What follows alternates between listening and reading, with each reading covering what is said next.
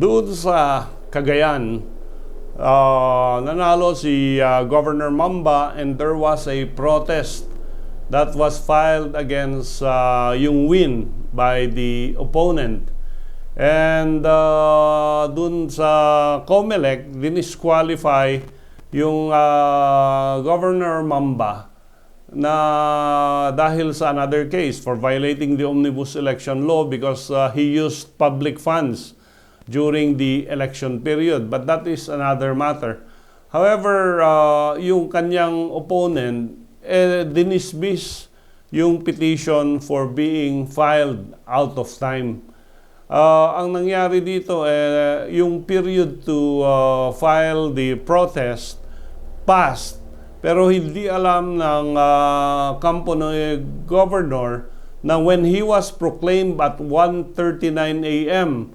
nung election day, nakapag-email pala yung kanyang kalaban ng protesta. And because nakapag-email ang kalaban ng kanyang protest, ang sabi ng Korte Suprema ay substantial compliance ito doon sa pagka-file ng protesta, even if it was filed electronically.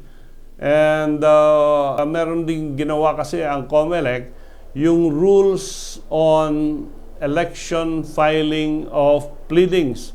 And this included electronic filing.